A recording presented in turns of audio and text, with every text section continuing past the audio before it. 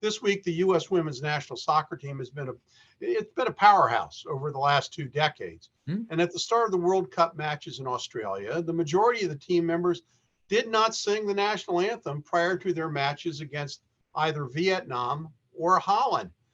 Mark, the Twitterverse, maybe you shouldn't always base judgments on the Twitterverse. You mean the Xverse? The Xverse. The Twitterverse exists no more.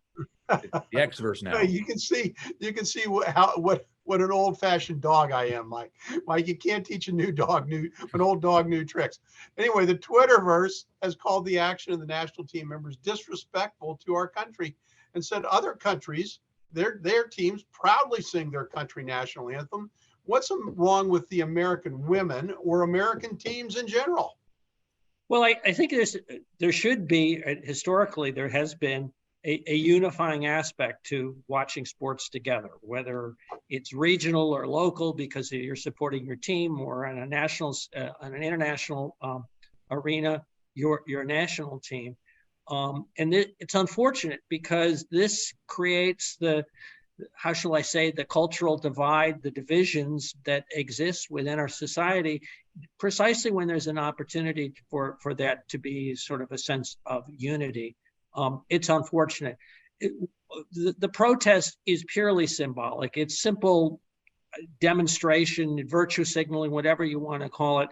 There's really no positive consequence other than to frankly marginalize the support that might otherwise be enjoyed by the team. But doesn't it all, Mike, and this question is for you, doesn't it ultimately come down to integrity?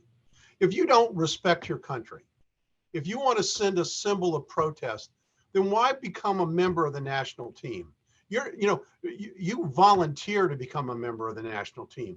It's not, you're not just selected because you're such a great player. You have to try out for the team.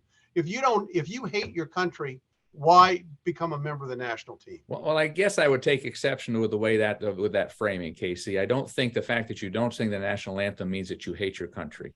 I've served our country in a lot of different capacities, and one of the reasons I served that was because it allows people to choose how they engage and how they represent and what's important and how they show that.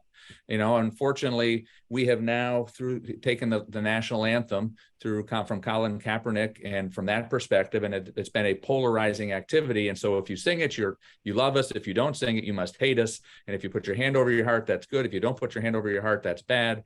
And I think, lots of people are looking for lots of things. And I think that becomes the real challenge. I think the best part about America is we are a community and a culture of freedom and choices. And that's what I think it's about. And so I think by presenting the way they have, they show that that's okay. And I'd like them all to sing, and I'd like them all to have their hands over their hearts. But the opportunity for them to choose not to is also a reality. And I think that's part of what makes us a great country.